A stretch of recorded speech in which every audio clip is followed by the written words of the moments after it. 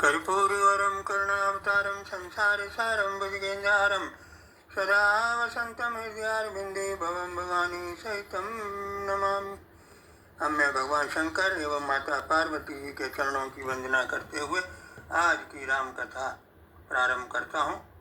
पिछली बार की राम कथा में काकभूषण जी ने गरुड़ जी को यह समझाया कि उनको यह काक शरीर इसलिए प्रिय है कि इसमें उन्हें श्री रामचंद्र जी के दर्शन हुए और उनके सारे संदेह भी दूर हुए। इस पर गरुड़ जी बोले, मैंने आपकी कृपा से श्री राम जी के पवित्र गुणों को सुना और सुख शांति प्राप्त की, परंतु हे कृपा के धाम, ज्ञान और भक्ति में कितना अंतर है यह मुझे और बतलाइए। इस पर काकभूषण जी कहते हैं, कहत कठिन समझत कठिन साधन कठिन विवेक होय गुणाक्षर न्याय जो पुण्य प्रत्यु अनेक। काकभूषण जी बोले, ज्ञान कहने और सुनने में बहुत कठिन है और साधने में भी कठिन है, और संयोगवश ज्ञान हो जाए तो उसे संजोए रखने में भी अनेक विघ्न हैं, क्योंकि ज्ञान के साथ अभिमान आ जाता है और यह बड़ा स्वाभाविक भी है। देखिए सज्जनों, किसी व्यक्ति का जब पद बढ़ जाता है अथवा किसी के पास धन बढ़ जाता है तो उसे थोड़ा अहंकार तो हो ही जाता है। रहीमदास जी ने भी अपने एक दोहे में यह बताने का प्रयास किया है कि प्यादे से फर्जी भयो टेढ़ो टेढ़ो जाए, परंतु इसके विपरीत राम जी की भक्ति सुंदर चिंतामणि। भक्तिमय व्यक्ति परम प्रकाश रूप रहता है, उसके पास काम क्रोध लोभ और मोह पटकते नहीं हैं। बड़े बड़े मानस रोग जिनके वश में होकर जीव दुखी होता है उसे नहीं व्यापते। मानस रोग जैसे चिंता, अवसाद, निराशा इत्यादि। फिर पक्षीराज गरुड़ ने पूछा कि हे कृपालु, यदि मुझ पर आपका प्रेम है तो मेरे 7 प्रश्नों का उत्तर बखान कर कहें। प्रथम, सबसे दुर्लभ शरीर कौन सा है? द्वितीय, सबसे बड़ा दुख क्या है? तृतीय, सबसे बड़ा सुख कौन सा है? चतुर्थ, संत का भेद और स्वभाव, और पंचम, असंत का भेद और स्वभाव। षष्ठम, महान पुण्य कौन सा है? और सप्तम, भयंकर पाप कौन सा है? यहाँ काकभूषण जी कहने लगे, नर तन सम नहीं कवन देही जीव चराचर जाचत तेहि नरक सरग अपवर्ग निसैनी ज्ञान विराग भगत सुधैनी नहीं दरिद्र सम दुख जग माही संत मिलन सम सुख जग नाही संत सहय दुख परहित लागी पर दुख हेतु संत अभागी परम धर्म श्रुति विदित अहिंसा पर निंदा सम अगन गरीसा पर निंदा सम अगन गरीसा। कहने लगे, मनुष्य शरीर के समान कोई शरीर नहीं है, चर अचर सभी जीव उसकी याचना करते हैं। यह मनुष्य शरीर नरक स्वर्ग और मोक्ष की सीढ़ी है तथा ज्ञान वैराग्य और भक्ति को देने वाला है। वास्तव में मनुष्य शरीर कर्म प्रधान शरीर है। तात्पर्य है कि मनुष्य कर्म कर सकता है, सोच सकता है, विचार कर सकता है। दूसरे प्रश्न का उत्तर है कि जगत में दरिद्रता के समान कोई दुख नहीं है। तीसरा, संतों के मिलन के समान कोई सुख नहीं है। चतुर्थ, संत दूसरों की भलाई के लिए दुख सहते हैं और असंत दूसरों को दुख पहुंचाने के लिए कुछ भी करते हैं। उदाहरण स्वरूप जैसे ओले खेती का नाश करके और स्वयं भी नष्ट हो जाते हैं। वेदों में अहिंसा को परम धर्म माना गया है और सप्तम प्रश्न का उत्तर है कि पर निंदा के समान कोई भारी पाप नहीं है।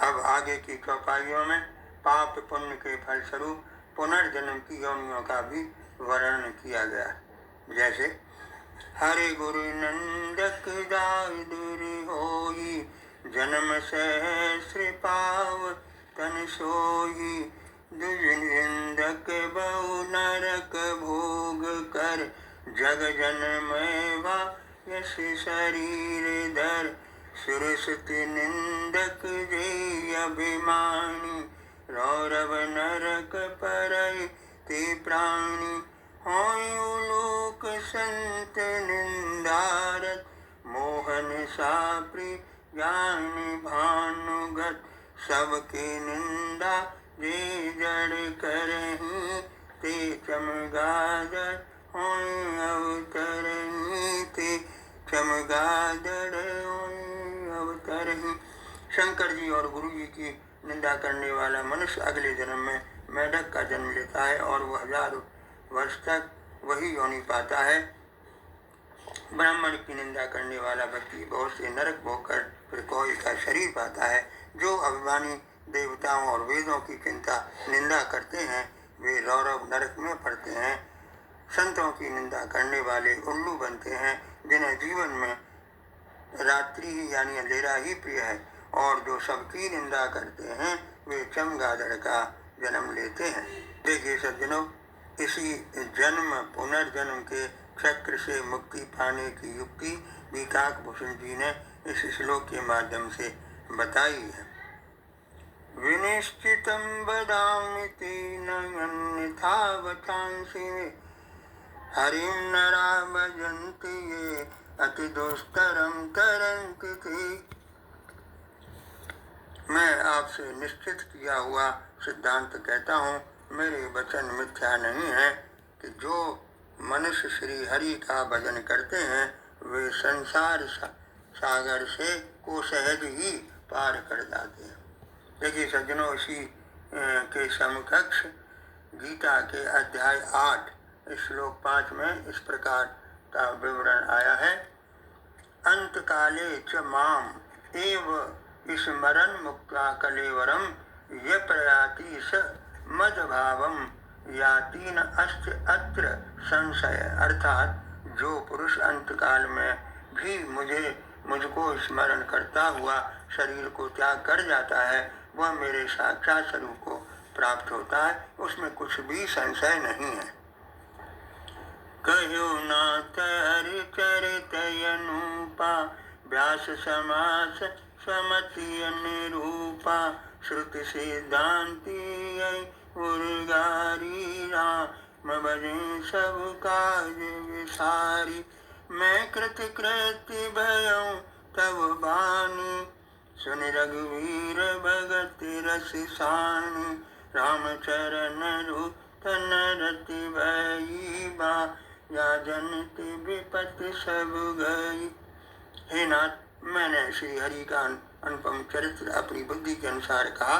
हे गरुड़ जी, श्रुतियों का यही सिद्धांत है कि सब काम भुलाकर श्री राम जी का भजन करना चाहिए।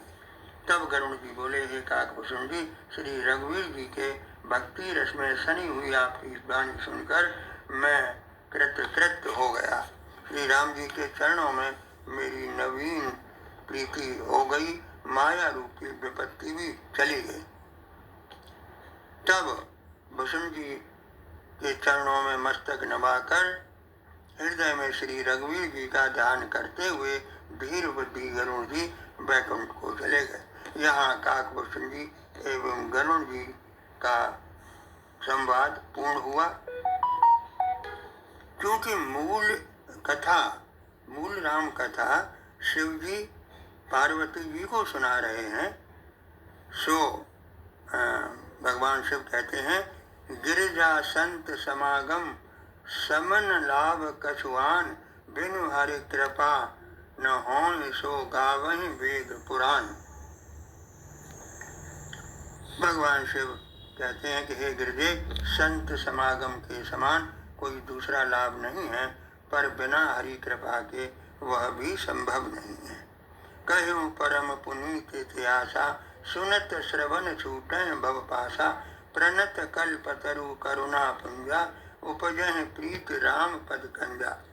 भगवान शिव पुनः कहते हैं कि मैंने यह परम पवित्र इतिहास कहा, जिसे सुनते ही संसार बंधन से मुक्ति पा जाते और शरणागत को कल्प वृक्ष तथा दया के स्वरूप श्री राम जी के चरणों में प्रेम उत्पन्न होता है। देखिए सज्जनों, भगवान शिव ने भी इस राम कथा को इतिहास कहा है, न कि आस्था। आस्था एक विश्वास होता है और इतिहास एक सत्य।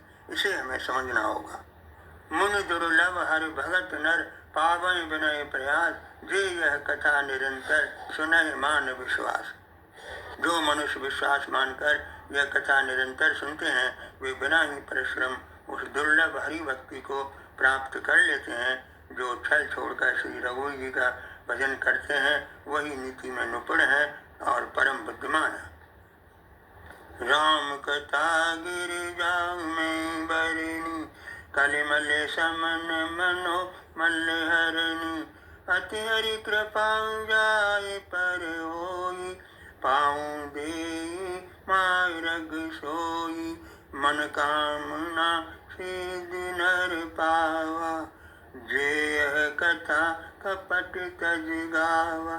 सुन हरि कथा हृदय अति भाई, गिरजा बोली गिरा सुहाई। नाथ कृपा मम गत संदेहा, राम चरण उपजऊ नवनेहा। शिव जी कहते हैं कि हे गिरजे, कलयुग के पापों को नाश करने वाली, मन के मन को दूर करने वाली राम कथा का वर्णन मैंने किया। यह जन्म मरण रूपी रोग के लिए संजीवनी बूटी है। जिस पर हरि की कृपा होती है वही इस ओर बढ़ता है। जो कपट छोड़कर यह कथा कहते और सुनते हैं, वह अपनी मनोकामना की सिद्धि प्राप्त करते हैं। वैसे ईश्वर के प्रति समर्पित लोगों की कोई कामना नहीं होती है सिवाय ईश्वर दर्शन। सब कथा सुनकर श्री पार्वती जी के हृदय को बहुत अच्छा लगा और कहने लगी, हे नाथ, आपकी कृपा से मेरा संदेह जाता रहा और श्री राम जी के चरणों में नया प्रेम हुआ। मैं कृतकृत्य भयों अब तब प्रसाद विश्वेश, उपजी राम भगत दृढ़ बीते सकल क्लेश। माता पार्वती कहती हैं कि हे विश्वनाथ, आपकी कृपा से अब मैं कृतार्थ हो गई, मुझ में दृढ़ राम भक्ति उत्पन्न हो गई और मेरे संपूर्ण क्लेश मिट गए। यहाँ गोस्वामी जी कहते हैं, एक कलिकाल न साधन दूजा, जोग यज्ञ जप तप व्रत पूजा। राम समिरन गाय राम, संतत सुनिए राम गुण ग्राम। गोस्वामी जी कहते हैं कि इस कल काल में योग यज्ञ जप तप व्रत पूजा आज कोई दूसरा साधन नहीं है। बस श्री राम जी का ही स्मरण करना चाहिए, उन्हीं का गुणगान करना चाहिए और निरंतर श्री राम जी के ही गुण समूहों को सुनना चाहिए। मौसम दीनन दीन हित तुम समान रघुवीर, अस विचारे रघुवंश मन हरऊं विषम भक्ति। हे श्री रघुवीर, मेरे समान कोई दीन नहीं है और आपके समान कोई दीनों का हित करने वाला नहीं है। ऐसा विचार कर हे रघुवंश मणि, मेरे जन्म मरण के भयानक दुख को हरण कर लीजिए। पुण्यम पाप हरम सदा, शिव करम विज्ञान भक्ति प्रदम। माया मोह मलापहम, शुभमलम प्रेमाम्बुरे पूरम शुभम। श्रीमद् रामचरित्र मानसमिदं, भक्त्वा भगाहन्ति ये ते संसार पतंग घोर। किरणैरदयति नो मानवा। यह श्री रामचरितमानस पुण्य रूप पापों का हरण करने वाला, सदा कल्याणकारी, विज्ञान और भक्ति को देने वाला, माया और मोह का नाश करने वाला, परम निर्मल प्रेम रूपी जल से परिपूर्ण तथा मंगलमय है। जो मनुष्य भक्ति पूर्वक इस मान सरोवर में गोता लगाते हैं, वे संसार रूपी सूर्य की अति प्रचंड किरणों से नहीं जलते। कलयुग के समस्त पापों को नाश करने वाले श्री रामचरितमानस का यह 7वां सोपान समाप्त हुआ। इसी के साथ रामचरितमानस का उत्तरकांड भी पूर्ण हुआ। जय श्री राम।